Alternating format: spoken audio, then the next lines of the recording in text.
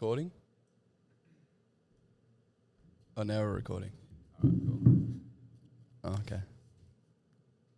Alright. Let's do this. And again.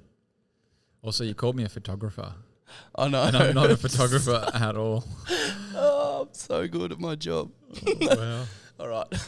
Hello and welcome to another amazing episode of Creative Appetite.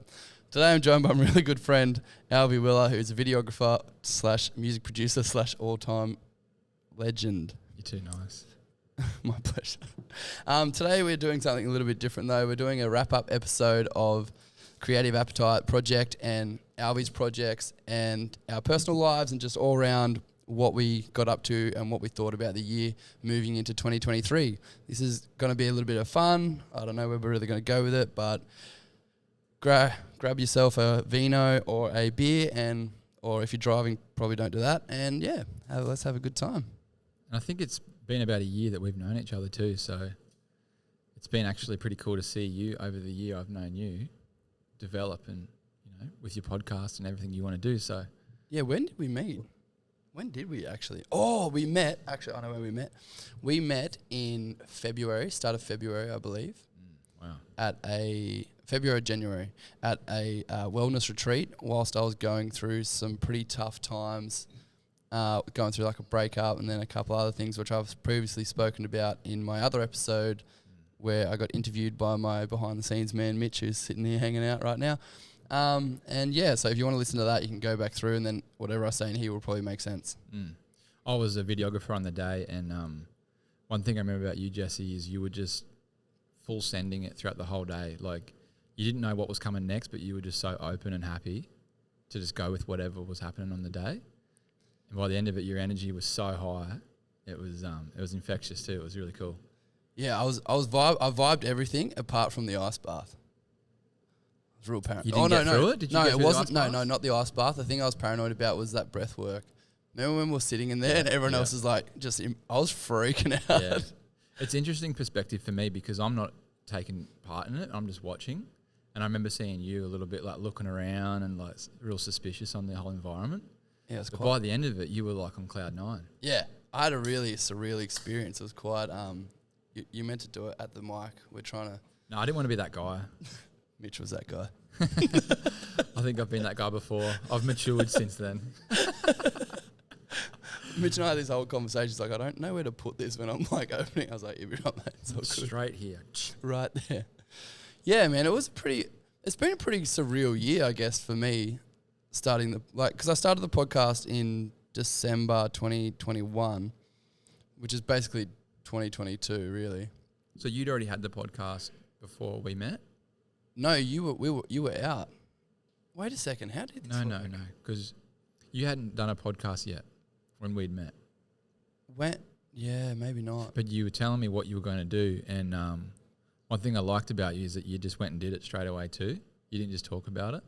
And I was sort of thinking, wow, this guy's actually doing what he said he's going to do and consistently getting new guests on all the time. I thought it was really cool. Yeah, it was pretty wild at the start as well. Because I was doing like an episode a week. I remember there was 1 month where I came back because I started my month on month off job and I knew I had to cover like a whole month of. So I ended up recording. I think I recorded about 8 episodes that month, and in one day I did 4. I don't know how you do it. Which was crazy. I think I was just in that like. Did the quality decrease throughout the day? No, I think it stayed like really well. I think I was so invested and I was so ready for. Like I was mentally gearing up for it, like the week prior. So how would you put your year into a few words? What would you say? I think I'm very proud of myself for continuing on with it. I'm just going to take these sunglasses off because I thought it was cool at the time, but it's actually pretty annoying. I don't know how like famous people do that. Anyway. Yeah, we get used to it.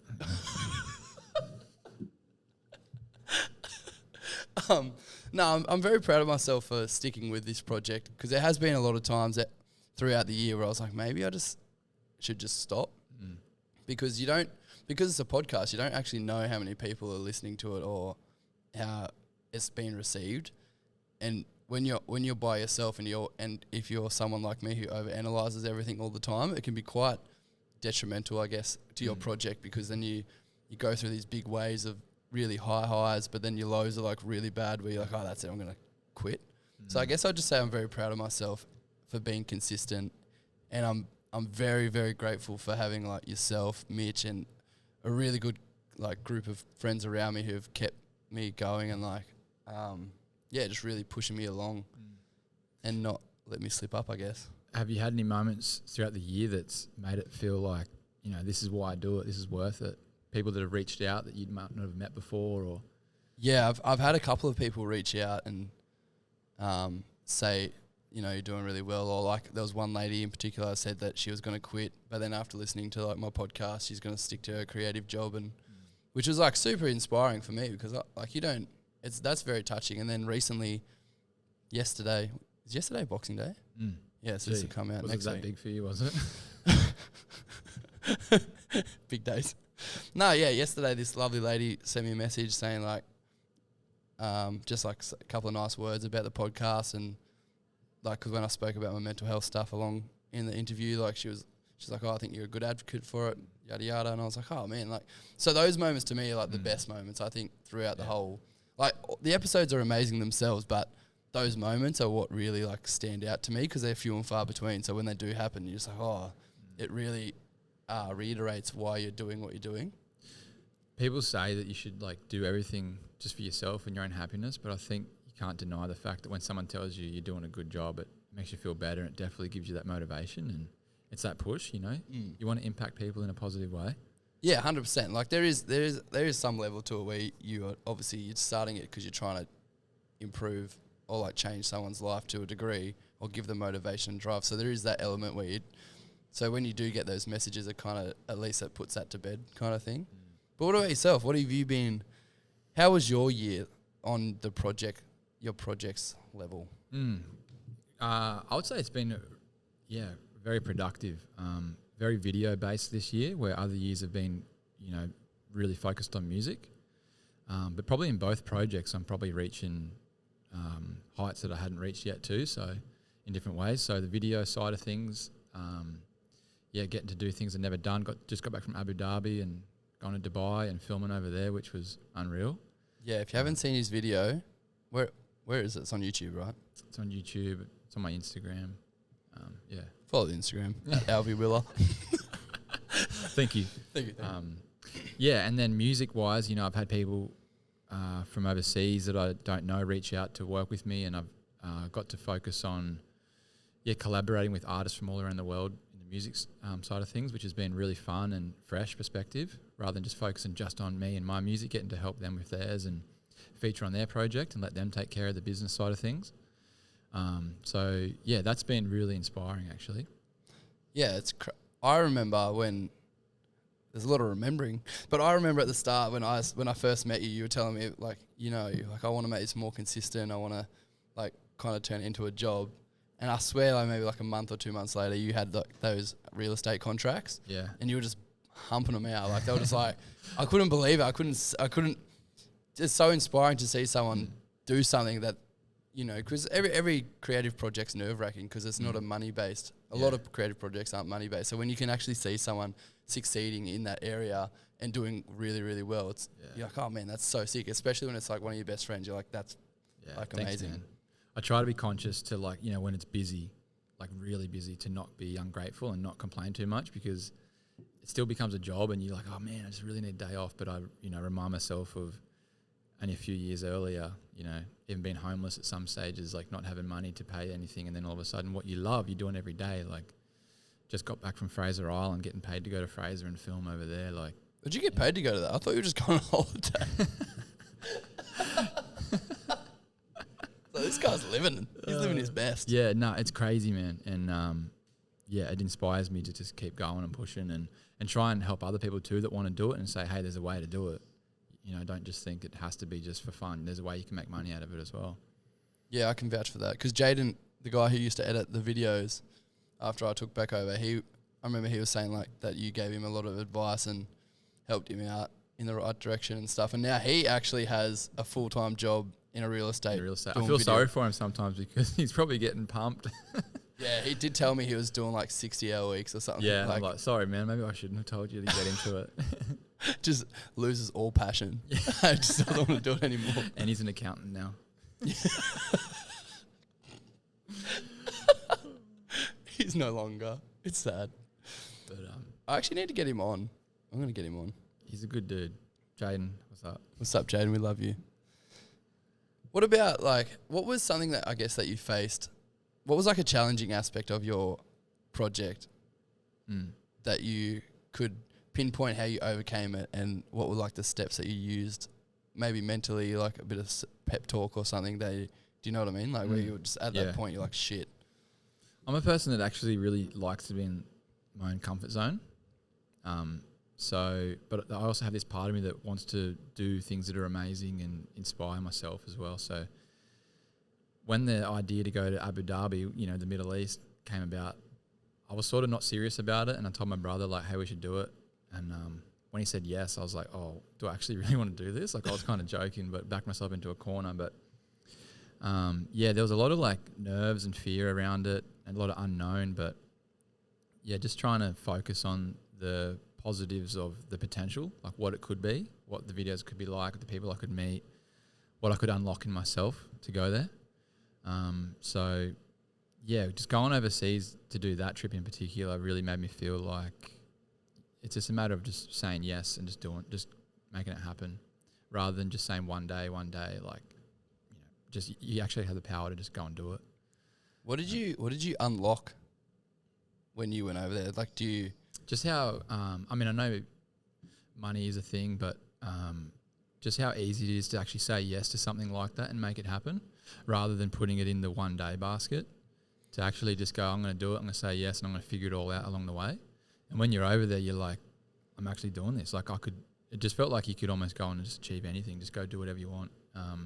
For me personally, for some people that's not a big deal to do that, but for me at the time it felt like a big deal to go to the Middle East and film, and to these countries I'd never visited before. But when I was there, it was like what I thought it would be. It's nothing like that. The people that you meet are so beautiful. They live a free life, unlike what we probably think that they live. I don't know. It was just, it really inspired me to just do more. Go on.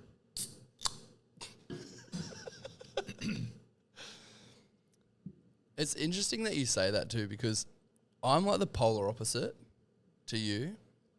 Like, I say yes to everything, and then I'll have 1,000 ideas, where now it's at the point that people are kind of annoyed about my ideas. What do you mean? Because I say I'm going to do so much. I'm doing this, I'm doing that, I'm going to do this, I'm going to do that.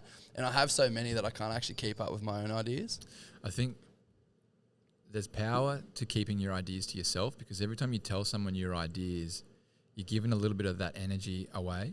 So when someone says, like, good job, you should do that, sounds cool, a part of you is already feeling like, oh yeah, that is a pretty good idea. Yeah, I 100% agree. But if you just keep it to yourself, so you've had a full year with the podcast, lots of different guests. Is there a certain guest that sort of stands out that resonated with you in a particular way? Something that you really took home and mulled over for a few days? It's actually quite tough because I've had so many guests on now, looking back.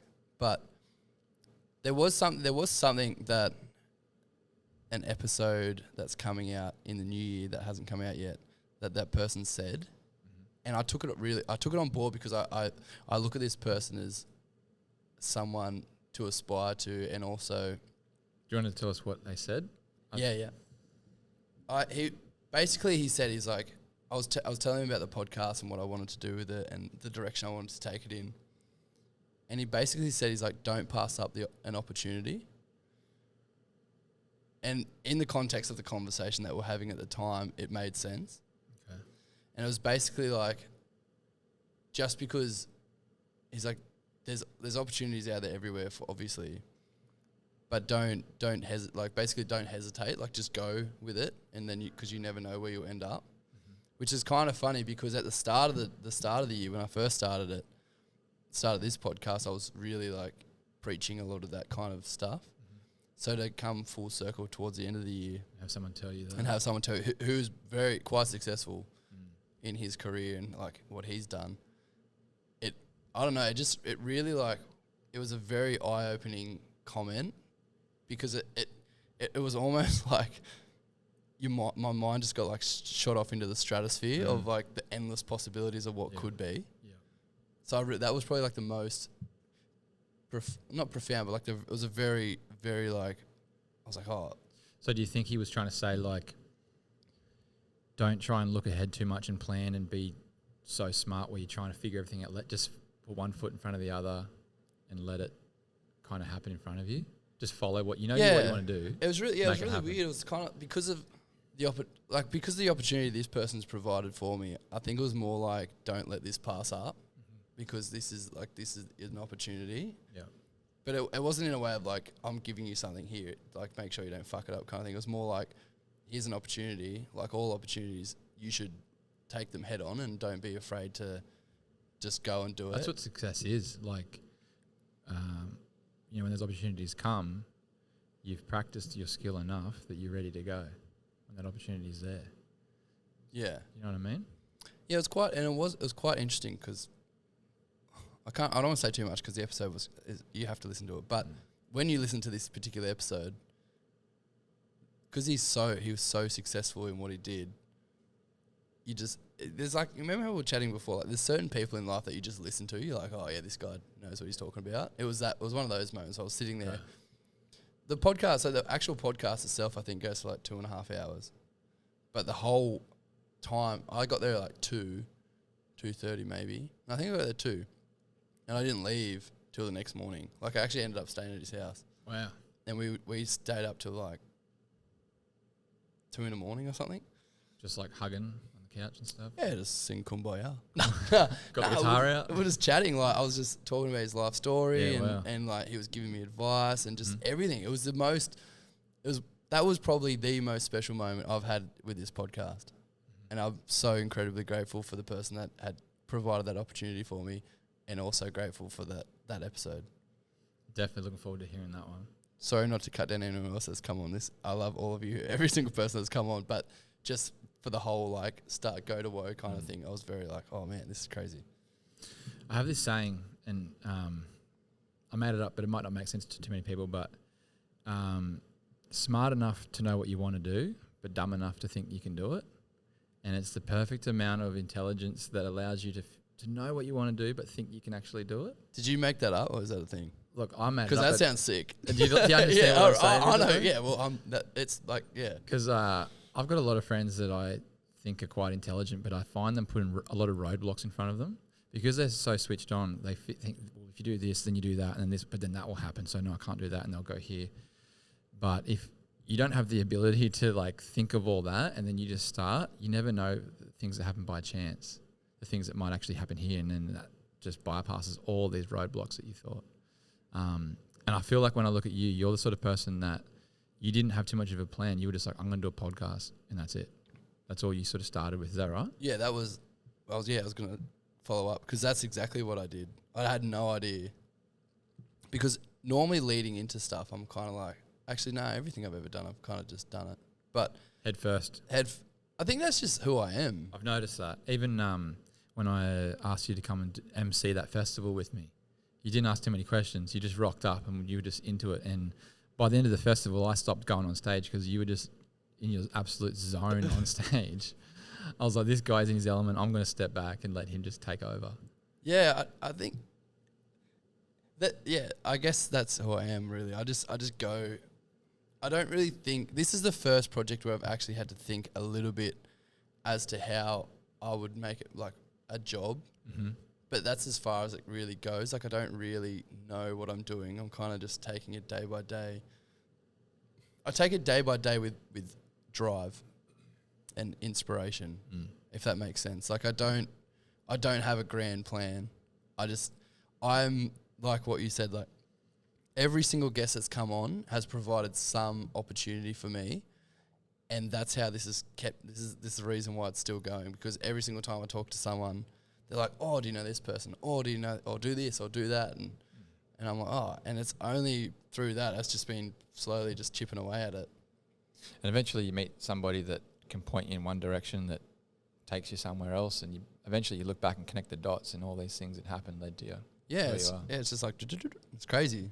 And then you're in LA partying. What's up? What's up? I'm famous, man. What do you think about being famous? Growing up, I always wanted to be famous for some reason. Maybe like, and this is, it's a joke, but it's kind of serious. Maybe I didn't get enough hugs as a kid, and I needed external kind of like, hold me up.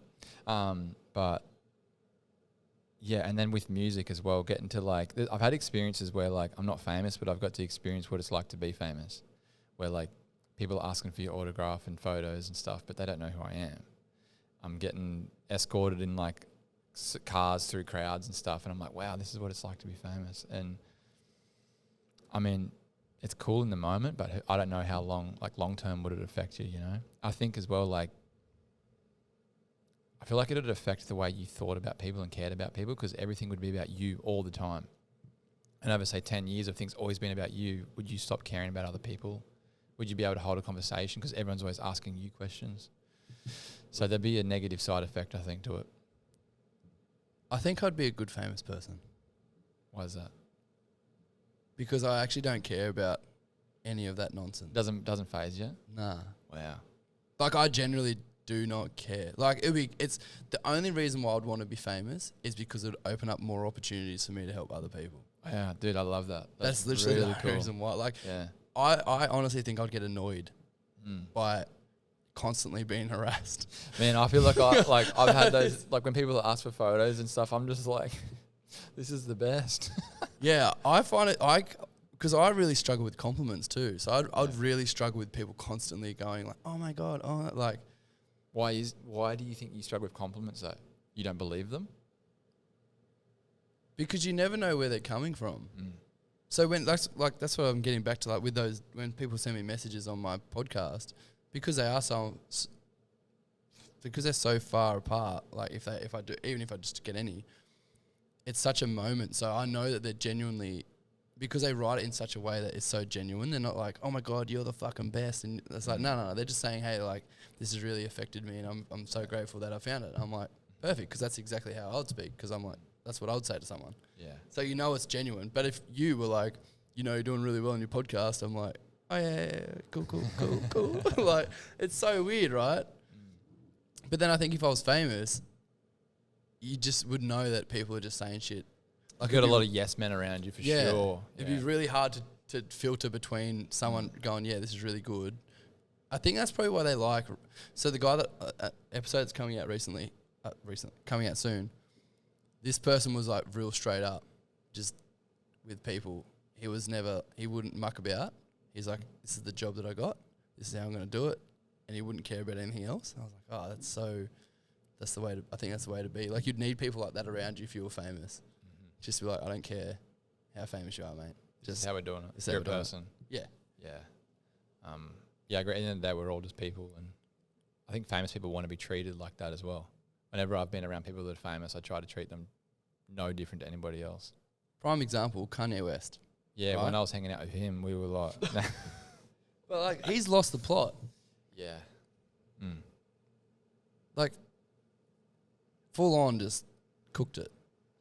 Because and it's so sad, because he's got this platform for starters, so he can say all the most outlandish shit he wants. And then secondly, he's been in the limelight for 20 years, maybe?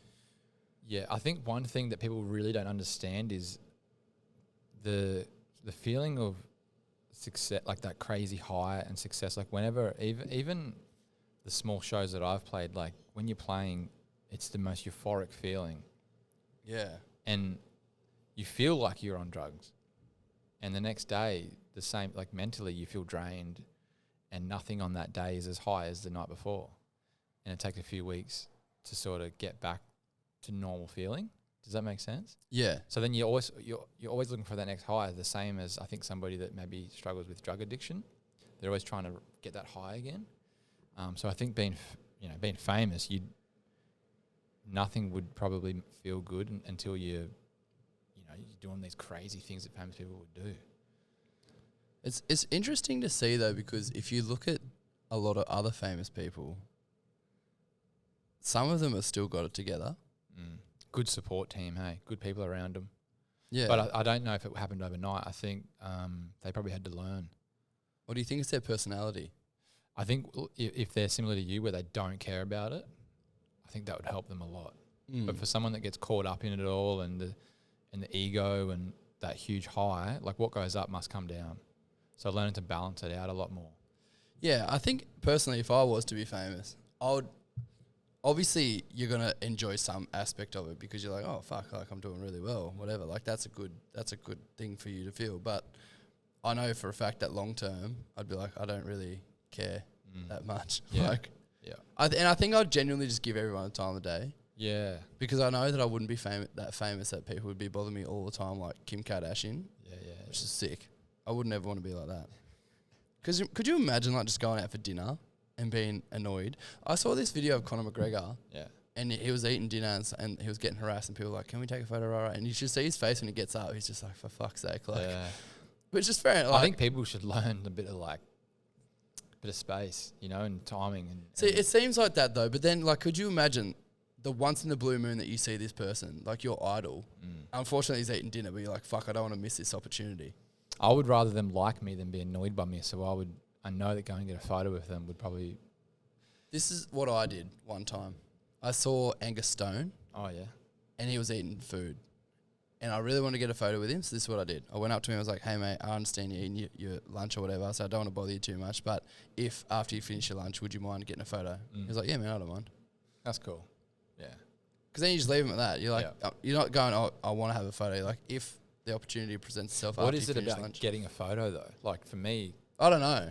At the time, I was young. I honestly, and I always think about it, prefer to, like, shake their hand and have a conversation and connect with them and see and ask questions that you wouldn't get to ask normally to someone like that and have a kind of connection. I would prefer that because you treat someone like a celebrity, they're going to treat you like a fan. Ooh, hey, there's some words. But I want to be honestly, like I want to be treated on their level. And I know by asking for photos and stuff, it instantly creates a dynamic and a difference between you and... That's true. So, guys, if you want to have a photo with me, just we can have a conversation instead. Guarantee you'll get a lot more out of it. Yeah, for sure. You can hear me just ramble on and be crazy. It'd be great. I wonder if people actually think I'm crazy. The amount of podcasts I've said I'm a bit crazy, I don't know. I think you're a bit crazy, but that's where genius and creativity comes from. Appreciate it. Do you agree? Yeah, no, I agree. You got to be somewhat a little bit mental in the head. Yeah. Like if people saw everything else that happens off the like when I'm not recording, they'd be like, oh yeah, right, he's pretty full on. Can you give me an example? Well, think about how many times I call you all the time and call my friends. I mean, that's a great thing, but when you leave me on my own out in the ocean for a whole month on my own, I can come up with a lot of creative ideas. So then I have to express myself. I'm not crazy as in the fact that I'm losing the plot, but you just got like ADHD plus like the whole alphabet backing it. Yeah.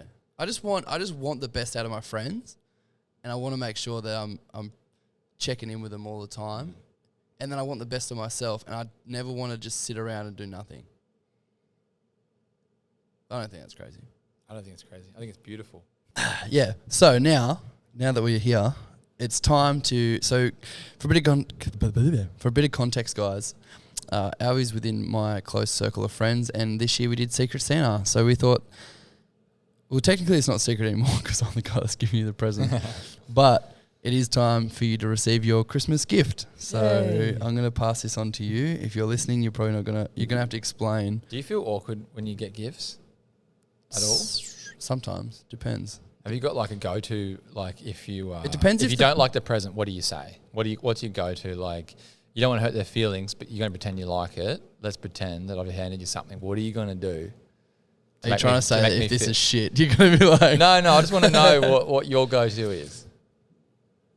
I just lie. Okay, I've handed you this. Here you go. It's a necklace. Here you go, mate. But you don't like it. But you're going to make me feel good. I'd probably ask questions about it. Ah. Yeah, I'd be like, oh my God, where'd you get it from? Like, Okay. Yeah. handmade, this, that, whatever. All right. You can't just divert.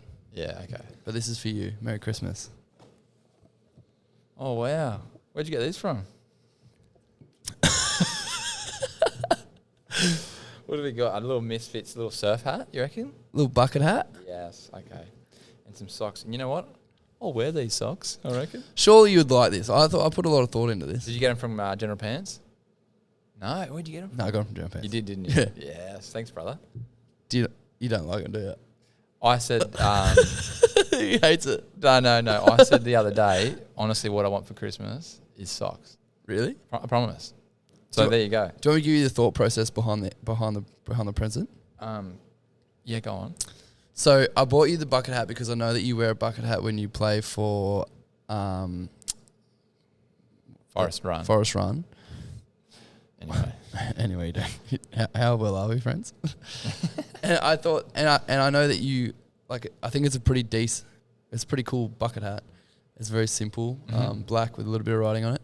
And then the colourful socks, I know for a fact that you like getting a little bit colourful every now and then. And so I'm inspired by you with the colour as well. So Because you like, wear some cool, colourful shit. Yeah. So thank you. So do you like them or no? I love it, dude. No, Oh, honestly, he I was hates saying it. no.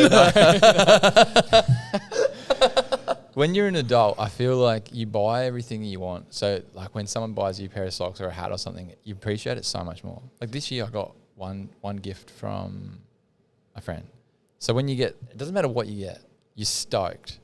Do you want to know a real funny story? What? So Nick had me as the Secret Santa, and he bought me a pair of... No, he didn't. He just bought me a pair of sunglasses as a friend. Yep.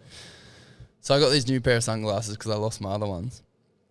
And then we went down to the beach, and I went in the water with them. And he's like, bro, do you sure you want to be in the water with these? You're going to lose them? I was like, nah. All good. I'm not going to lose them. Don't worry about it. I shit you not. This rogue wave just come out of nowhere, last minute, cleaned us all up. I was trying to hold on to them. Lost them. I had it for 20 minutes. How was he? I don't know. I think he was pretty annoyed, but I was like, I didn't know what to do. He's like, he literally is like, are you sure you want to wear these? You're probably going to lose them. I was like, no, don't worry. I'm not going to lose them. I've done this before. I swear to God, this crazy ass rogue Shory came in and just cleaned me up. Lost them. Did you try to find him? Yeah, for ages. Lost them. I remember losing my GoPro in the shore years ago. And I spent about 10 minutes just swimming up and down, like, and then I saw a shadow and dived down. This is a pretty crap story now that I'm thinking about it. And I dived down anyway, and luckily enough, I found it. So, anyway, what do you got? So your story, at least you found yours. I lost mine. Anyway, Found a shit story to tell you though. So do you like the present or not? Yes, I like them. It's a hat and socks. How much am I supposed to like it? Oh, he could have been like, oh, wait, I'm gonna wear this hat. I thought you'd want to put the hat on. Have you seen now or something? Have you seen Carl Barron? And when he gets a sweater, he's like, oh, I'll wear that. Well, can you at least put the hat on so I can see? Everyone, you're gonna have to go onto the YouTube and watch this now. That we just need to see what this looks like on him. Oh, she actually fits pretty nice, eh? Yeah, you got a pretty big head. I reckon it's good for you. I've got a skinny head. It's long. It's long and it's skinny, and I feel like it's getting skinnier. All right, you can take it off now. I don't know if you're going to be able to hear yourself with those headphones on. Yeah, I don't think I can. How's it look? It looks great. Are you lying? Honestly, though, no, thank you. Appreciate it. Of course, my pleasure. Thanks to your mum for giving you the cash for it. Let's not talk about my financial situation right now. No, it's all right. Yeah, so I hope everyone out there right now is being festive and spending time with their family or their friends. Because this is something I would like to talk about, is that for me, Christmas time is very stressful. I don't actually enjoy Christmas time. I find it because my family's quite broken up, and it's always a stressful time coming into it because everyone is like, I feel like media pushes it such a festive, happy time. And I just don't think that's the case, because what's the difference between happy, festive Christmas over every other day? Because if you're still living in the shit, you're still living in it, It doesn't change. So I think for me, the biggest thing is being present with, trying to be around people that you enjoy. So for this year, I stayed with my friends because I wanted to have like a friendsmas and go to the beach and play games and carry on or whatnot. And I think it's such an important time to do that. If you know that you're not going to be happy around your family, maybe go hang out with your friends, you know? But even if you don't have, say, a good friend circle to be around, I think approaching it balanced and like it's just another day, and every day you should be trying to make the day as good as you can. Don't put pressure on it, because I think pressure and expectation it's the biggest thief of joy. So putting too much pressure on it, like a lot of people, if you notice on their birthdays, they seem to be sad. They got the birthday blues. Why is that? It's because leading up to it, you're building it up. It becomes about you. You become self-absorbed, and then you're sad because it never ends up being as good as you expect it to be. Yeah. So just approaching it like another day and do things, if you go to the gym in the morning, go to the gym in the morning on Christmas, because that's what's going to help you have a great day. But if you have good people around you, do that too. Yeah, it was really weird. I was like feeling a bit off, and my mate's like, "Come on, what do you mean it's Christmas?" I'm like, well, "Yeah, but it's not what you perceive it to be is not how I perceive it." But I had a really good day actually. By the end of it, I went surfing in the morning and then carried on with my friends and had good lunch. Do you think because it was Christmas, you were in that weird vibe early?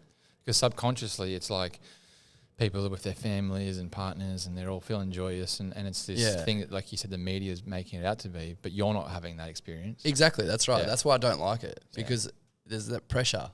No, I think early on, like weeks out, just if you got kids, build it up. But if you're by yourself and you don't have a huge family or good friends to be around, just approach it like a normal day and strive to make it a good day regardless. I agree, because like I think you can, if you approach it like a normal day, then opportunities will present themselves, and chances are you're probably going to have the best day of your life, if that makes sense. Because my friend, he had no one on Christmas Day, and then he ended up going around to his friend's place and had a really good time, and he sent me a message like, "Man, I'm having a really good time, rah, rah." All because he just went into it like a normal day. I was like, "What are you doing today?" He's like, "Oh, I don't know yet, because I'm just going to turn up and see what happens." I was like, perfect. And then he ended up having a really good day. That's the key, I reckon. Go for a surf, go for a swim, get in the water, go for a walk, whatever it is. Or the river, or a lake, you got a river or a dam, wherever you live in, countryside. Just get outside if you can. Yeah. Don't sit inside by yourself. Exactly right. I mean, that was just a little rant there, about Christmas, but it's like Christmas. No. Boycott Christmas. But yeah, so what else has been going on in your life, Alvy? Like, how's your personal life? Is there anything that you could take away from your personal life throughout this year that you want to improve on in the new year? Maybe learning to not be overwhelmed and looking ahead too much. Like, say you got a big week ahead of you or 2 weeks ahead of you, whatever. Just learning to be exactly where my feet are in that moment. So if I'm editing a video, just be there editing the video. Don't worry about tomorrow's work or the next day's work. Maybe just being more present, I suppose. That's something that I've probably struggled with the most this year, is like just getting probably stressed and overwhelmed unnecessarily. And And how did you manage it this year, and how will you manage it better in the new year? I don't know if I fully know the answer yet to how to manage it, but I spend a lot of time by myself at home editing. So I try to get the foundation good. I try to make sure I'm exercising well and I'm eating well and I'm taking good breaks. I don't know, just trying to take those tools and like I said as well, not thinking ahead too much, just staying present, being disciplined and writing down the tasks that I have ahead of me, rather than letting them all just be in my mind, putting it on paper and realising that, okay, if I do this and have a bit more structure, I suppose. I don't know if that answered your question. Never answers my questions. No, that's because they don't make sense. I think it's time to open up a bottle of Little Giant from the Barossa Shiraz 2021. 2021, oh. Aged. She's classy. She's a classy girl. Fine wine you got there, mate. Oh, that actually sounded pretty cool in the mics. You know, if Are you anyone, going to pour it over your wrist like professional? Like, no, I'm not that good. can't. I'll probably damage the bloody table if I do some sort You of. know how when you go to a fancy restaurant and they serve it to you over wine? When I used to work at the service station, I used to give people their cigarettes the same way over my wrist like this. Make it as fancy as I could. And they enjoyed it. That was the best part of their day. Well, I think there's definitely something to be. I'm not even going to say that. I'm not going to say that. I'm not going to start like that because I've been starting like that all the time. Oh, that's actually nice. You got to let it aerate a little bit too. I just don't you think that like being kind to one another is like the most important thing in life, because you can only change what's in front of you. So like if someone comes in, so working at a servo, for example, it's a pretty monotonous job. It's not very many moving parts. Someone buys fuel, you make them pay for the fuel. Yeah. But if you can alter their experience a little bit, so you make them leave feeling better than when you found them, I think that's such an important part of life. I think it's, absolutely. It's crazy how much a small human connection can change your whole day. Like, you might be feeling really crappy, but one person in 1 minute can totally flip that, and the rest of your day changes. And then you can have momentum, and then you have a good week just from one moment. So every time I meet someone, I try to be as nice as I can in that moment, as long as I'm feeling genuine as well. I don't want to be fake, but even like before Christmas, we went shopping at Maya, and the person in front of me being served was having a really good laugh with the people selling what they were selling, and I was like, how am I going to back this up? I'm not a comedian, so this is going to be... But I made it my intention to make them be having just as much of fun with me as I was there, and I think most times I meet people, I try to make them feel happy. I've never met those people because I tell you now, you don't know. No, I think, you know what I always try to do is be polite and have manners. Yep. Just say, saying thank you. Making eye contact. Yeah, that's a big one. one. For a really long time too. Like, make sure you're staring at them for like a minute. And if they're not looking at you, make sure you're still looking at them. I think it's polite. Make them feel uncomfortable. Being comfortable. Yeah. Teach them to be comfortable in uncomfortable situations. That's the life lesson of this podcast. And thanks for joining us for another episode. Oh, man. There's something, I think, one of the takeaways of like something personal that I've taken away from this year is saying no. And realizing that I'm not an Energizer bunny, and although I do have a lot of energy and I'm a very social person and I really enjoy making people feel happy, sometimes understanding that you're running low on energy and just it's okay to just have a night to yourself. And that's probably the biggest thing that I would like to use going into the new year, is that it's all right to just have a day off. And I feel like for you especially, that may be harder than maybe a lot of people too, because you enjoy being in the moments and the good moments a lot. Yeah. And do you struggle with FOMO? Yeah, 100%. Like because I'm so opportunistic and I'm so ready for the unknown, I never want to miss out on anything. Yep.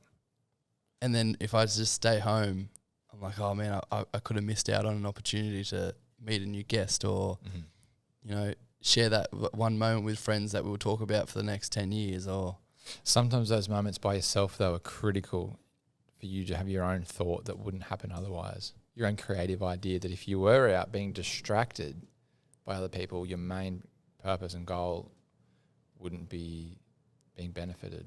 Like when I'll be making music, sometimes I would not go out because I felt like this could be the night I sit down and something incredible happens in the production world, for myself. So there's two sides to it, I think. It's good to definitely go out, but then there's time, if you want to work on yourself at home, that's awesome. Yeah. I think that's something that I'd like to implement in the new year. Saying no more. And not feeling guilty about it too. Yeah, it's so weird that we do feel guilty about saying no. There's a saying that you can do more in 11 months than what you can in 12 months. Now, that doesn't make sense, right? Because That makes no sense. But in the 11 months, if you were to take a bit more time off throughout the year, you're going to be recovered and have more energy to get more done. You know what I mean? Where if you're taking 12 months, you're just working every single day, you're going to actually get less done because you're just trying to work way too much. But by taking more time and recovering, you'll actually be way more productive. Yeah, isn't it great? I find the social world, like the human experience, very interesting because every living being has such a different take on life. So, for example, like a CEO of a big corporate company, they don't really sleep that much and they do a shitload of work and they work every day. Depends what you prioritize. If their priority is money and materialistic things, then they're probably doing the right thing. But if you prioritize experiences and connection and feeling great, I don't think they're doing the right thing. I'd like to get someone on who does work like that just to see. Did you just put one sock on? I did, but I took it off. I needed to try it. Make sure it fit. Does it fit? And I needed to prove that I liked it. But does it fit? It fit. Okay, good. Thanks, man. Yeah, I now lost the train of thought. There was no train that left the station anyway. Like, don't even worry. I'm still there. Like that thought. I don't know where I was going. It didn't even make it out of bed. That thought was just like 2 a.m. fast asleep. Tell me the ultimate version of yourself that you want. I know that sounds a bit cliche, but who do you feel like in the new year that you want to try and become more like? Like someone else or No, just certain qualities. Sorry. I think for me, moving into the new year, I'd like to be more disciplined with my podcast. And what does that look like? So that looks like spending more time saying no to social events, staying home and maybe working on my editing skills and thinking about new creative videos or reels or things like that. Yep. And that's on the podcast level, but then on like because I think for the podcast, there's no shortage of me saying yes to opportunities. I think I've got that down. Yep. I think the foundation of the podcast is fine. I think the conversations are fine. I think I'm slow. Every episode I learn new skills to hold conversations better. So I'm not fussed about those areas. I think for me it's more back end, maybe getting sponsorship deals that are going to provide money that are eventually going to lead into doing it full time or building up a bigger social media presence.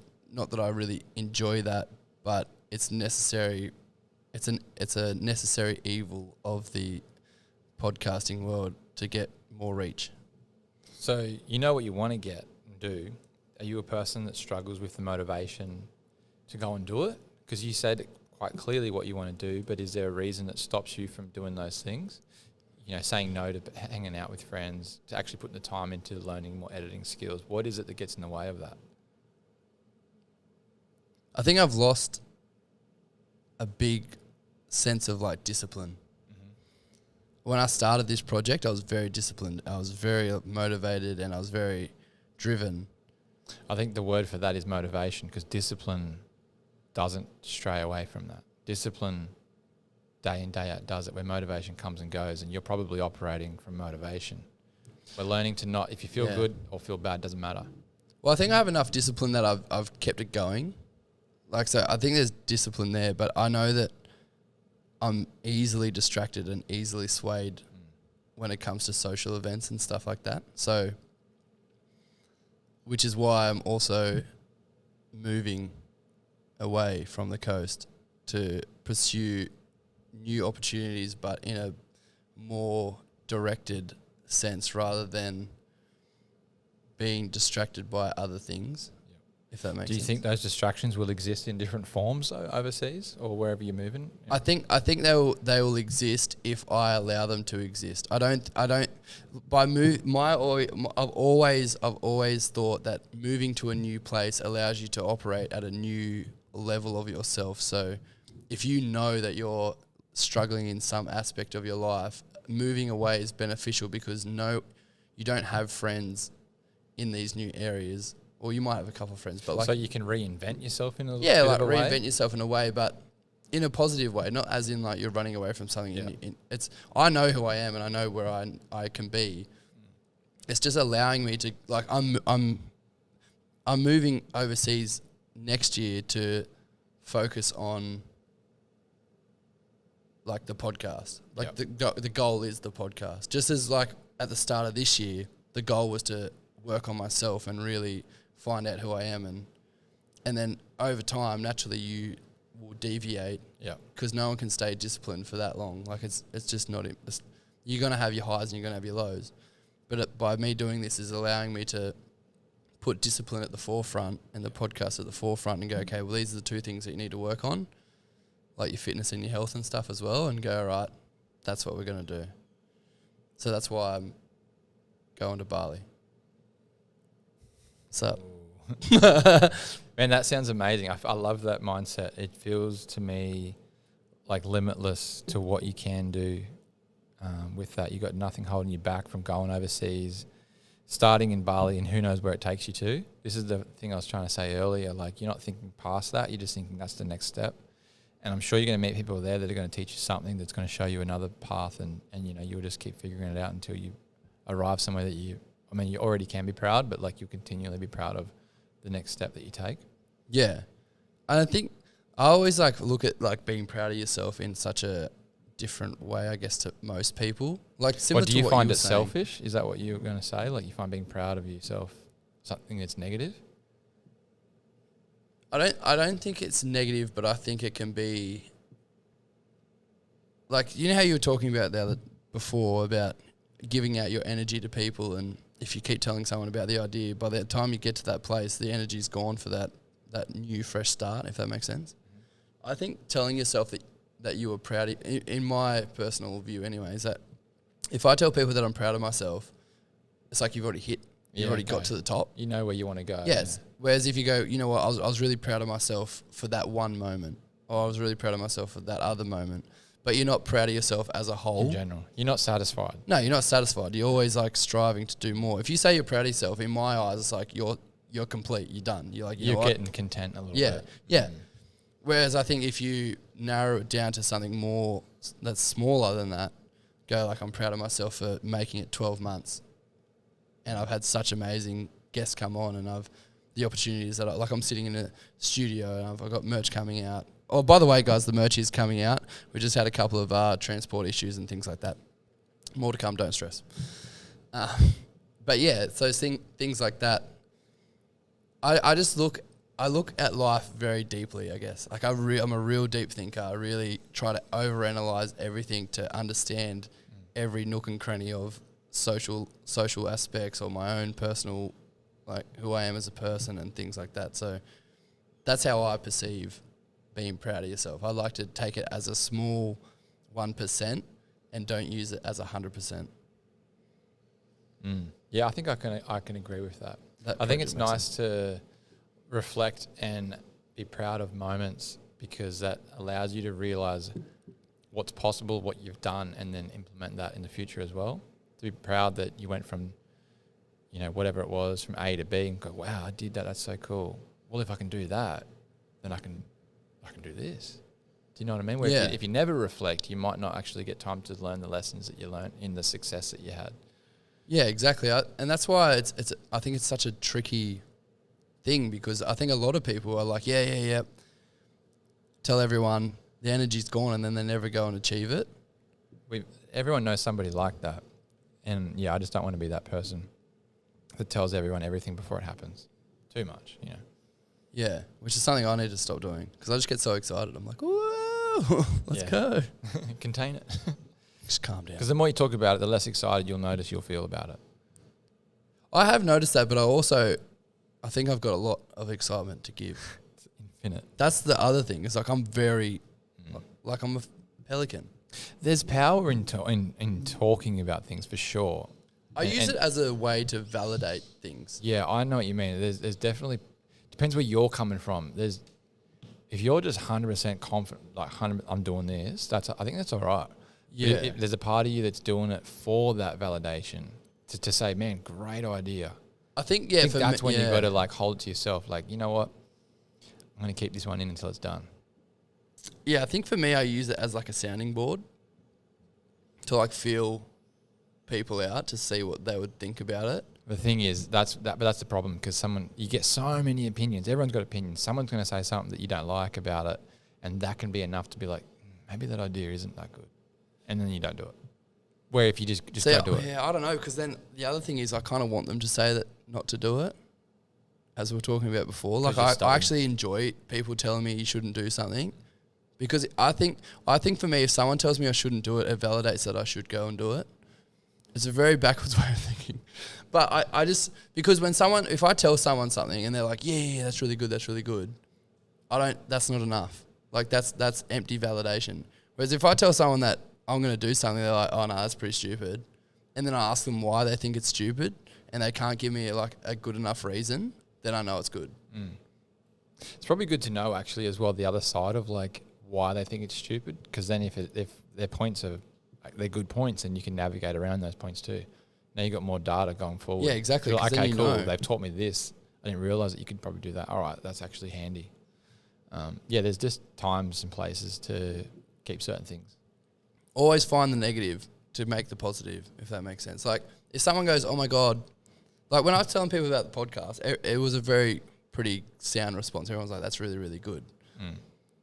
So I kind of knew, because like they would explain why they thought it was good, because I'd explain the reason why I was doing it. So you can kind of gauge that you're like, oh, all right, well, it's not a bad idea. But like moving overseas and stuff, people are like, are you sure you want to move overseas? And you're like, well, why? I back you for doing that. I feel like I'd do the same thing. You're in a position where like you should. It's inspiring. It's amazing. I think that's what I'd like to. If I could take anything away from this podcast, is I just want people to just go for it and just send it. That's honestly like, for people that don't know my story, like I come from housing commission, both parents in prison, and all I've ever done is done exactly what I am inspired to do, which is music, and I've got to play amazing festivals. I've got to travel around doing it and film, and I'm doing all those things, and I couldn't be happier trying to do them. So no matter your circumstances, back yourself. 100%. You are like a very good role model to like show someone that they can do, because you're a good role model from like the start of like when you were younger to how you are now, and you've gone from like a normal job and then transitioned into a creative job, and then you're still doing well, but you've also come from that background, so like you get to see someone traditionally who should have been in a normal job and just stayed in that job and lived that normal life, but then you've kept excelling and pushing forward and then gone into this creative world, which is hard enough on its own, and then you've done very well for yourself and still doing well and still pushing and still, that's all I try to tell people to do, is you just think outside the box. Find a niche that you enjoy and do it. For me, I make a lot of money out of doing real estate videos. Some people might look down at that. I think it's amazing. I can be creative. I can make these videos however I like. I get to be out and about all the time and make good money out of it. Just find your niche. Do it. All right. What was the biggest emotional thing that you learned about yourself this year, and the biggest takeaway emotionally? Biggest emotionally thing about myself? Probably try not to get caught up in the highs so much, because those highs ultimately make your lows more exaggerated. Trying to be more balanced throughout the day, throughout every day. The little things are the big things. Going surfing, having lunch at home. Those are the little moments, but they're actually the big moments that you reflect on, I think, in the future. The big moments that bring the highs, just making sure that you're a bit more balanced with them, because those post blues will rob you from true joy. Is that a good answer? Deep. No, yeah, that's a good answer. That makes sense. How about yourself?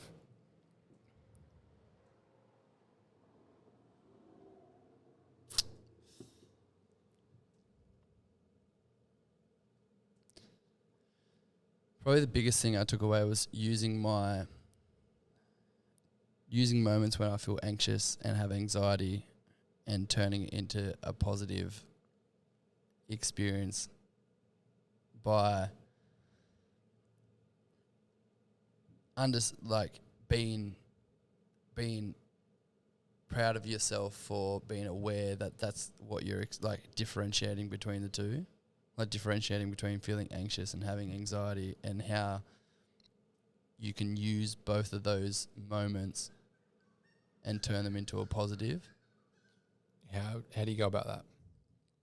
So for me, because I am so always self-critical, I realise that drinking coffee actually makes me feel more anxious, and it gives me a lot of anxiety. And I stopped coffee for the majority of the year. yeah, I've stopped Because of drinking that. it now because of that. Yeah, And and that it's was, amazing the difference it makes. Crazy. It's crazy. I used to wake up every day, have a coffee, and I was stressed out all day. Yeah. And then I stopped drinking it, and now my brain is much more quiet than it used to be. It's without coffee, once you get over maybe the week of the withdrawals, you don't have the crazy instant energy where you can just get something done, but it's a much more balanced energy, I feel, and you generally feel calmer throughout the day, rather than this big and then drop, and then the anxious feeling. You're just a bit more relaxed and calm, and then I think that's better than having a burst of energy and then stress. Yeah, you can sustain your day a lot better than you can whether if you have coffee or not. And I need naps way less than I'm not on coffee now. On coffee, I felt like I needed a nap every day. Love me a nap.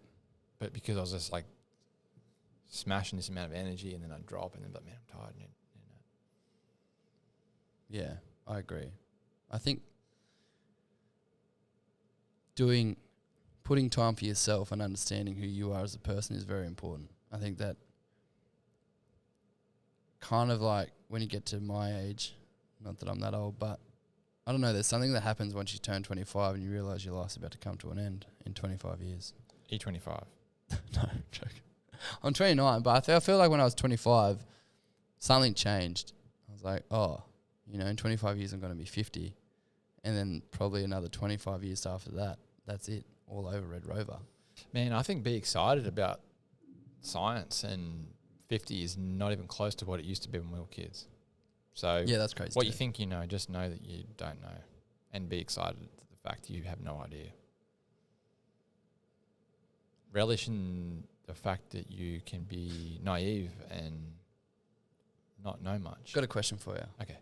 It's a bit deep, but I want to ask it because I want you to ask me the same question because I think we might have different answers. I'm interested. When you were growing up, what was something that you saw your parents do and how they were as adults that you wanted to change moving into your adulthood? Like you didn't want to be like, I guess. I remembered coming home from school, and the first question I'd ask my brothers is probably, what mood is mum in? And then I'd have to navigate around that mood depending on what the day was. If she was angry and going off her head, it'd be, I'd have to hide in my room basically and stay away from that. So growing up, probably wanting to, and my dad's quite similar as well. So growing up, wanting to be way more balanced and have a stable mood, maybe. Yeah. Was that your question? Yeah. Yeah. What about yourself? I think the biggest thing that I took away from seeing my parents was quite funny because they're so different. For my dad in particular, he seems like quite book smart, but he lacked a lot of social skills. Like yourself, eh? where my mum yeah, stupid. Where my mum was more very social, but maybe not so much book smart. I'm not saying that they're not intelligent, but you could see the different polarities between the two people and their personalities and how they navigated the world and how they perceived the world to be. So the biggest thing that I wanted to take away was balance as well. But I, growing up, wanted to understand everyone I wanted to be able to analyze people and understand the world and understand how social dynamics work and how everyone fits into these categories and how we all just navigate throughout the life. And that was probably like my biggest takeaway, is like I wanted to make sure that I was living my best human experience the way I knew possible, by understanding the world is not as fast as possible, but as the best of my ability, without leaving any stone unturned. I love that. That's cool. Sounds like you had a good opportunity as well, because both parents had their pros. Your mum was really good socially, so you could like tap into that, and then your dad with his book Smart Intelligence, you could tap into that too. Did you feel like? Yeah, I feel like now I can do both. And I left, like I remember, like I always reflect back on it, and like if I was to have kids, or I think the biggest thing if I was to have kids would be like sense of community, having my friends around and having family barbecue, like friends barbecues and stuff like that, and really immersing my children or friends, not even children because I don't have kids, but like just even now as who I am, is like making sure that, like not to say like I'm not like the glue of the friendship, but making sure that I'm the one like connecting all my friends together, because I have so many friends across a vast. Like, what's the key to allowing you to be in a position to have those people in your life? Because there's a lot of people out there that maybe are a little shy, they want those things, but they don't know how to get them in a position, like everyone wants to be, to have a great friend circle. What do you think is the ingredient that allows someone to have those people around them? I think the biggest thing for me is, because I do have so many friends with all different types of personalities, is matching them, putting them in a position where they can. So for me, I'm all about first moments. So for you, for example, when you came around to my house, I knew that that environment was a safe environment for you to feel comfortable enough to open up, because of the friends that I had around me were also open and welcoming. So I knew that in that moment, that if I brought you around, it was the first moment is the moment that you always remember. Like if I brought you around, it was a shit experience, chances are you probably wouldn't want to come back again, because you're like, oh, I didn't really enjoy that. But I knew that if I brought you around and allowed my friends to make you feel comfortable straight off the bat, you would remember that, and you'd know that next time that you would go to that experience, you're going to feel comfortable enough to share that moment again. And I try to implement that every time I introduce a new friend into the circle of the community. So I always try to pick my moments, and I always try to like, all right, I think they'll feel comfortable, because I know that my other friends are like calm and chill and opening, if that makes sense. Like I always really try to make sure that the first experience is the one that they leave feeling super happy and fun, so that they're more inclined to then start coming back, and then that starts like the momentum of like the ball rolling, where they're like, all right, I want to come back, and then you start to build this connection with people, and it builds and builds and builds, and then all of a sudden you have this big community of friends who naturally just always enjoyed being around each other because of that moment, if that makes sense. That's pretty deep, but no, that makes perfect sense. What do you say to the person though that feels like they maybe don't have much to offer to that friend circle, so they feel like, oh, I don't want to go because why would they want me there? What do you say to the person that feels like they don't have much to bring to that group? it's the same as what I tell people when they give me that exact same answer when I ask them to come on the show, because I get that quite a lot. They're like, I don't understand why you'd want me to come on, and it's the exact same answer. I want you to be there because I know within myself, and I know you as a person, that what you have to offer is important. Whether or not you say 1,000 words or you say one particular sentence, I know that for a fact that you just being in that environment and having that moment is going to change something in you, because you're going to feel comfortable enough to, you'll be like, oh, okay. Like it only takes like one sentence, like one joke or one this, one that, and then that's changed everything. I remember I had Siobhan come on, and she was really introverted. And I remember after the episode, she was like, oh, I've said so much that I wouldn't normally talk about. Mm. And she's like super introverted. And I was like, oh, I'm so grateful that you can open up and say that. But I think it's really weird. It's like, I think because I'm there, like because I'll always be your point of reference if you feel uncomfortable. Because I'll never make them feel like I'll never just bring them in and then just bounce, you know what I mean? Like, I'm not babying them, but I'm always their point of reference, and I always try to make them feel welcome within the group. And I think it's so hard, especially when you move somewhere new and you don't know someone or don't know anyone. And it's so hard to find, like when I moved to the Sunshine Coast, it was so cliquey. Like, it was really hard to find like a real good community of friends.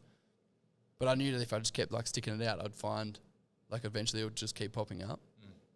I don't even know if that makes sense, but No, it does. I think for people that are in the position that you're in, to remember to be that person, that if there is someone new or you can see maybe is uncomfortable, be the person that takes the time to be there for them, make them feel comfortable and included. yeah, I think it's important, especially. Yeah, you just want to make them feel comfortable, and you want. I don't know. It's weird how it works. Like, you remember how we were talking about when we were coming up in the car, and you're like, I think there's just like drinking, for example. You have alcohol, it puts you all on the same level. I think it's the same with just conversation, like just not hounding them, but you're like having this conversation. You're asking them questions, like you're interested in what they do.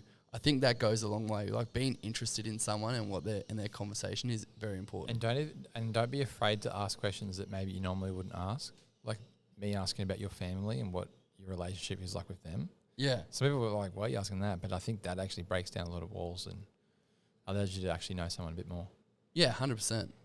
That's why I'm very open on this, because I don't know, maybe someone listens to it and they're like, oh yeah, I feel the same. Maybe not. Maybe they're like, What the hell are you talking about? yeah, what the heck, mate? I don't know who you are, but I don't like a single thing about you. You know what? You can fuck off. Oh, man. That person's driving in the car looking at their phone saying that. You know what? You can fuck off. Just swipe off. Swipe, get rid of it. Spotify, gone. Done. Sick of me. All right, well, I think we're coming towards the end of the podcast. What's new? What's going on in the world of Alvy Willa? Musically, there's a fair bit happening behind the scenes, which is pretty exciting. I got an email from an artist's manager, a fairly successful. That's a pretty good noise, mate. Thank you for that. Oh, gee. Everything's fine. He had a quick cigarette. All right. This artist is an artist that I knew their music a fair bit. I didn't realize it was from him particular. I thought it was from another artist, but he collaborated on. Anyway, this artist is someone that's, like I said, very successful, and his manager reached out to me and said, my artist is a big fan of yours and he wants to collaborate with you. And I was like, are you serious? Is this a joke? Because in the music industry, there's a lot of sharks, a lot of people trying to do fake stuff. And anyway, it was legit. So recently I had an online songwriting session with an artist from overseas that was, just crazy opportunity for myself. So the idea was I was going to sing on one of his instrumentals. Whether or not he even uses the song that we did doesn't matter. What matters is the fact that you never know who's there, who's listening, and the opportunities that could come up out of nowhere. So I've written a song with this person. He's on a world tour at the moment. Hopefully he uses the song. And at the same time, I had a producer out of LA reach out to me as well to do some singing and songwriting on a couple of his songs. So I've done some of that, and we've got what looks like to be some kind of label out of LA on board to release those songs out of. So got a few things waiting in the wings musically that I'm excited to release, and I feel like it's the best work I've been a part of so far musically. So I want to get that out, and yeah. Sick. Did I dribble on a little bit? No, it was amazing. That's what we want to hear. That's exciting times. It is wild to just, you never know who's listening. So just keep showing up to the well and just keep drinking the water from the well. I was going to say where you want to go with that last little bit. Yeah, anyway. Just keep showing up Just to the well, just mate. keep showing up. Yeah, cool. Keep snorting creatine and you'll be fucking sorted, mate. Don't snort creatine. I'm cutting that out. You've been banned. Well, I guess for me, what am I doing? Sorry, I didn't even ask you. No, you're right. No, sorry, let me ask you. No, all good. I'll ask No, myself. No, it's all right. I know I'm how just this so con- used to being asked questions. I just know how these conversations. I'll just answer my own questions. So, Jesse, tell me. You've had a fantastic first year. Fuck, what's the question? Tell me what's exciting that's happening behind the scenes that, you know, you're looking forward to. All right. I'm glad that you've asked, Alvy. Can't stop. Won't stop laughing. Anyway. Okay, for the new year, we obviously have heard what I want to do personally.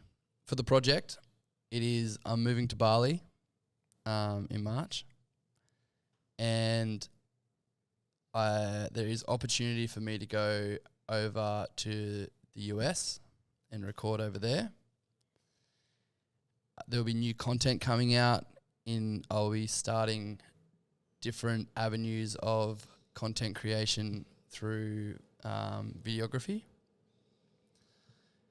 And there's also the merch that has been, I know it's been delayed quite a lot, but that is coming out in the new year as well. Tell everyone quickly what it would mean to you for people to buy your merch. How does that make you feel if someone was to buy a shirt or whatever it is that you're selling? How does that make you feel? I think for me it'd be like, there's so many levels to that, because if they buy the merch, they're buying something that has, one, been sustainably and ethically made, which is such a cliche word, but the girls who own the TTK studio, they work really hard on providing that like platform of sustainable and ethical clothing brand. It's like high-end fashion, but at a affordable price, which, because I think it's so stupid that people are putting exorbitant amount of prices on it, for starters. They pay their workers in Thailand, I believe. They pay them the same award rate as what you'd get paid in Australia. So you're buying from a reliable source.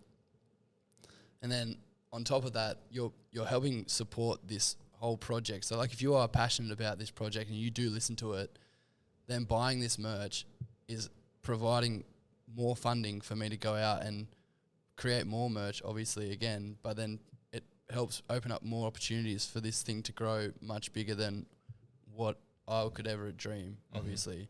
And I'm all about supporting small business. And then just on a personal level, like I would be forever grateful. Like anything that's ever happened throughout the whole entire year, everything's a blessing that's ever happened. Every single guest that comes on, everyone that says they want to give me their time or anything like that, I'm super, super grateful. Like I don't take this for granted. I take it really seriously. Like I want this to be something special for everyone, not only myself. So buying the merch and supporting or sharing, or even if just pushing it and sharing it, that is like huge, because it gives more reach. So it touches more people. Like that to me is very important. So yeah, buying the merch is wild in my eyes. It's not like, some merch you might buy, the people selling might be sitting on $1 million, $2 million, $3 million, and that little bit you buy might not even make a dent. When you're investing in a product that's in its early stages, every shirt you sell makes a huge difference, right? Yeah, exactly. That literally can be putting dinner on the table. That literally can be the fuel that you put in your car to get to the next interview. Exactly.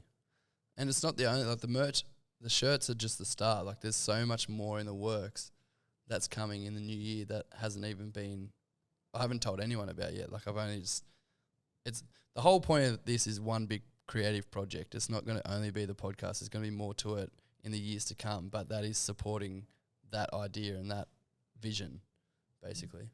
Of making everybody feel like they have a voice, which is really cool. Yeah. Yeah. Exactly. So thank you all so much for listening. Thank you all so much for supporting this year. Any shares, any messages, anything, for the lack of my awesome vocabulary right now. I'm very, very much appreciative and grateful for any support, any guest that has come on. But before we get out of here, Alvy, there's a couple of things we like to do.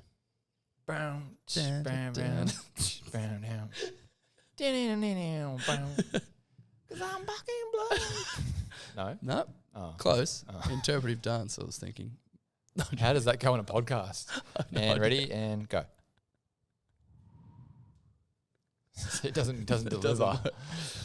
All right, you got to shout out a local or international legend who you think should come on the show, and you got to give one piece of advice to anyone that you think needs a kick in the ass to start their project.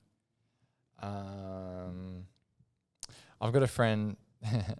I've got a friend that I've met who's traveling internationally at the moment from Germany. His name's Jan, and he's a videographer. He's only been doing it for a year and a half or so. It's not his skill that inspires me; it's his mindset and his ability to expand in any situation. Even in COVID, he managed to make a ridiculous amount of money with how smart he is, with being an entrepreneur. So I want to give that guy a shout out, and his mindset is really inspiring. I've got to spend a few weeks in a row with this guy, and every time we hang out, I feel like I learn something new. What was your second question? I thought you'd figure this out after being on the show before, but anyway. You Oh, get to who- give some advice to anyone listening right now who may need a little bit of motivation to keep going. Oh, gee. Don't do what I do. Just get the foundation good, get some good food into you, get some, whatever you need for energy for starters. You can't build anything great on a rocky foundation. So get your exercise, get your food in place, get good people around you, and then what you want to do, just put one foot in front of the other and don't try and figure it out before you've even started, because you don't even have the skill set or the know-how to know what it takes to get there. So just start once you've got everything else in place. Perfect. Now, what's your Jan's friend's handle? Jan Heusler. Good luck with that. We'll put it in the description. Don't worry. Yeah. Shout out to Jan. He's got no idea. He does now. What's I'm up? gonna make a video of it. Anyway, this has been this has been a bloody amazing year of Creative Appetite. 2022 is coming to a close, and thank you all so much for all the bloody support. Oh man, I'm so grateful. Thank you all so much. So, you know what's going on now. We're about to come to an end. Hang around for the next one. Let's go. Be like Jesse.